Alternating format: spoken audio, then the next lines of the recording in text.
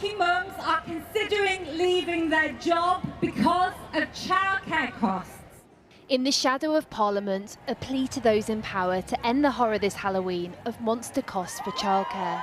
We keep working to pay childcare. In cities across England and Wales, thousands of parents came out for the March of the Mummies protest to push for UK childcare reform.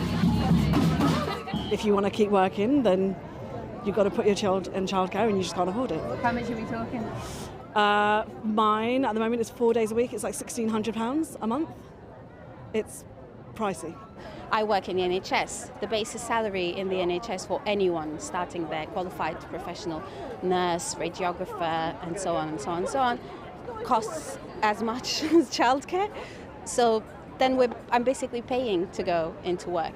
Organisers here argue better funded childcare is not just morally important, but makes sense economically too. We're not asking for handouts here. This isn't about you paying for our children. This is about you investing in the economy so that we can get more women back into the workforce. We have at least 870,000 stay-at-home mums who want to work but can't because of childcare costs and availability. Simultaneously, we've got a skills crisis in the UK. Employees are desperate for skilled people. On average, sending a child under the age of 2 to nursery full-time in the UK costs around £14,000 a year. And across both full and part-time placements, prices have risen by 44% since 2010. That's helped place the UK as the third most expensive country for childcare among OECD members, behind Switzerland and New Zealand. The government says they've spent more than £20 billion over the past 5 years to improve childcare.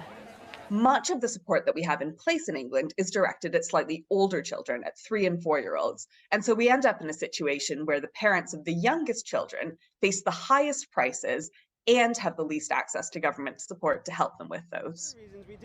The protest is also calling for more flexible working options and better paid leave for new parents. By giving mums maternity leave but not giving dads paternity leave, it creates a really unfair employment market for women. Nobody wants to hire a 30-year-old woman who just got married or not. Maternity leave. And but they figure dads, they might not even use their paternity leave. Yeah.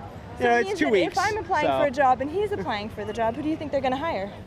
The calls for investment in early years add to similar pleas in recent weeks from the NHS, social care and schools, all hoping to put their case at the forefront of the new Prime Minister's mind as he spends the weekend hunkered down planning for next month's autumn budget.